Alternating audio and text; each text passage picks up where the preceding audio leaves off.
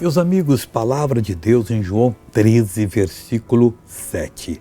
E respondeu Jesus e disse-lhe, falando para Simão Pedro, o que eu faço não sabes tu agora, mas tu saberás depois. Não importa o que Deus fala com você, não fique sendo petulante, não, Deus. Tu tens que revelar toda a vontade, então eu não vou dar um passo aqui, você vai perder a sua oportunidade, ele vai chamar outro.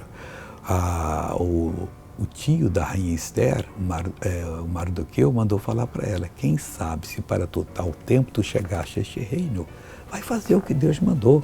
Depois você vai entender, agora Deus não é seu empregado, tem que explicar todo o plano, ele dá a direção, acredite e vai, depois você vai saber a enormidade da obra, a grandeza que Deus colocou na sua mão e da recompensa que você receberá.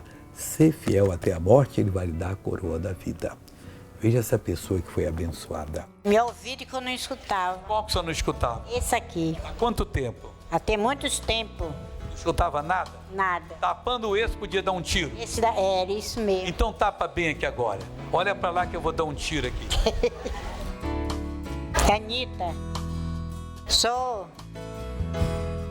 6.